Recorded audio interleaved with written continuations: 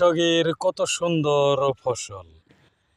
এই ধান এখন কাটলে গরুর ঘাস, পাকলে কাটলে মানুষের খাবার প্লাস গরুর ঘাস। পশ্চিমে ওই তো চামুরা বুক্তার মাঝখানে ব্রিজ, দক্ষিণে ওই তো খোরশিলা ব্রিজ, একটু পূবে ওই তো কোনাবাড়ি ব্রিজ,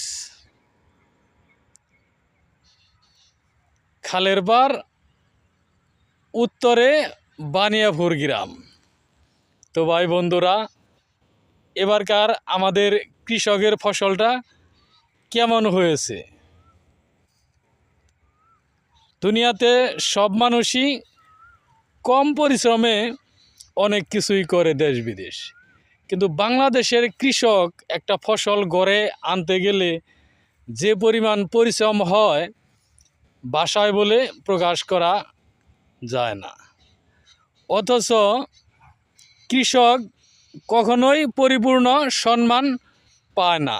অথচ কৃষকের আবাদের কারণেই আজকে বাংলাদেশের এত সুন্দর ধান ফলান সম্ভব।